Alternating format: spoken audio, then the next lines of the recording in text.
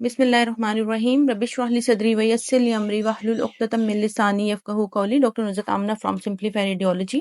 وہ لوگ جن کو کسی قسم کا پیٹ کا آپریشن ہوا ہو، اس میں ان کو 12 گھنٹے پہلے فاسٹنگ یعنی کھانا بند کرنے کا مشورہ دیا جاتا ہے، مثلاً سیزیرین آپریشن، ہسٹریکٹمی، فائبرائڈ یا سسٹ کے آپریشن، اس کے علاوہ آنتوں، گردوں یا مثانے سے ریلیٹڈ کوئی آپریشن۔ اس میں فاسٹنگ کی وجہ یہ ہوتی ہے کہ مکمل بے ہوشی کے دوران آپ کی آنتیں کام کرنا چھوڑ دیتی ہیں، اور آپریشن کے دوران کھانا معدے کی نالی سے سانس کی نالی میں جانے کے چانسز ہوتے ہیں۔ اس کے بعد آپریشن کے ہونے کے بعد 6 سے 8 گھنٹے تک مریض کو کسی قسم کا پانی، جوس یا قہوہ نہیں دیا جاتا جب تک ڈاکٹر آنتوں کی آوازیں چیک نہیں کر لیتے۔ اس کے بعد جب آنتیں کام کرنا شروع ہو جاتی ہیں تو سب سے پہلے پانی پینے کا مشورہ دیا جاتا ہے، اس کے بعد گرین ٹی، اور آہستہ آہستہ تھوڑا تھوڑا زیادہ پانی پینے کی اجازت دی جاتی ہے۔ اگلے 8 سے 10 گھنٹے میں لیکوڈز جیسے یخنی، جوسز پلانے کی اجازت دی جاتی ہے۔ اس کے بعد پھر سیمی لیکوڈز جیسے پتلا کسٹرڈ، پتلی سوئیاں، پتلا ملک شیک اور سوپس وغیرہ پینے کی اجازت ہوتی ہے۔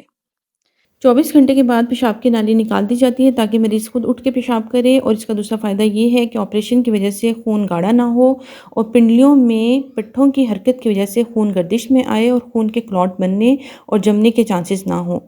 اس لیے 24 گھنٹے کے بعد آپ کو واک کرنی چاہیے، اٹھ کے خود یورین کرنا چاہیے۔ کوئی ڈائٹ سٹارٹ کریں، مثلاً جو کا دلیا، اس میں نٹس ڈالیں، کھجور ڈالیں۔ شوگر کے مریض کھجور نہ ڈالیں، جو کا دلیا مریض کو طاقت دیتا ہے اور اس کے بارے میں حدیث بھی ہے۔ گوشت کا پتلا شوربہ ڈال لیں، اس میں کدو ٹینڈے ڈال کے بہت اچھی طرح گلا لیں اور اس میں پتلی سی روٹی بالکل نرم کر کے چوری بنا لیں۔ اس کو سرید کہا جاتا ہے اور یہ بیمار کے لیے بہت اچھی خوراک ہے۔ آپریشن کے بارے میں ایک مت یہ بھی ہے کہ وائٹ چیزیں نہ استعمال کرائی جائیں، جیسے چاول، کیلا، دودھ۔ اگر آپ کو ان چیزوں کے کھانے سے کوئی پرسنل پرابلم ہو، جیسے کیلا اور دودھ کے لینے سے کھانسی یا پیٹ خراب ہو، تو بے شک مت لیں، ورنہ میڈیکلی اس کی کوئی کانٹرا انڈیکیشن نہیں ہے۔ چاول جلد ہضم ہونے والی غذا ہے، اس لیے لی جا سکتی ہے، لیکن ہر چیز کا اعتدال سے استعمال کریں اور زیادہ مرچ مسالے اور باہر کے کھانے کھانے سے پرہیز کریں۔ اگر محسوس ہو کہ قبض ہو رہی ہے اور سٹول پاس نہیں ہو رہا تو گرین ٹی کا استعمال کریں۔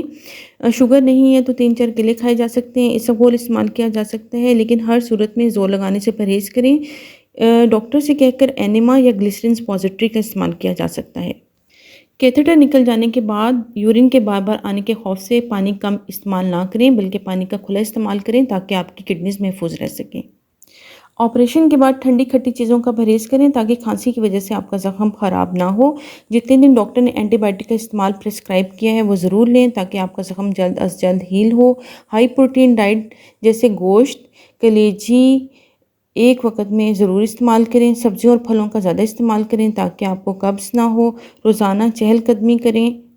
بھاری وزن اٹھانے سے پرہیز کریں۔ بستر سے اٹھتے وقت کروٹ لے کے اٹھیں اور جب لیٹیں تو کروٹ لے کر ہی لیٹیں۔ بیٹھتے وقت زخم پر ہاتھ کی سپورٹ کریں اور جھٹکا دے کر مت اٹھیں۔ زخم پر ایکسٹرا درد یا کسی قسم کا ڈسچارج دیکھیں تو فوراً ڈاکٹر کو کنسلٹ کریں۔ پہلے 2-3 دنوں میں لیٹے ہوئے پاؤں ہاتھوں کو ہلاتے رہیں۔ پاؤں ہاتھوں کے جوڑوں جیسے رسٹ، اینکل جوائنٹ، ایلبو جوائنٹ اور نی جوائنٹس کو مسلسل موڑتے رہیں، ہلاتے رہیں۔ 6 سے 7 دن کے اندر زخم ہیل ہونا شروع ہو جاتا ہے، لیکن مکمل ہیلنگ کے لیے تقریباً 10 سے 15 دن ریکوائرڈ ہوتے ہیں۔ اس لیے اس دوران غیر ضروری سفر، غیر ضروری شاپنگ اور دوسری غیر ضروری ایکٹیویٹیز سے پرہیز کریں تاکہ آپ آپریشن کی کمپلیکیشن سے بچ سکیں۔ آپریشن کے بعد ہوش آنے پر اللہ کا شکر ادا کریں کہ اللہ تعالیٰ نے آپ کو ایک نئی زندگی سے نوازا ہے۔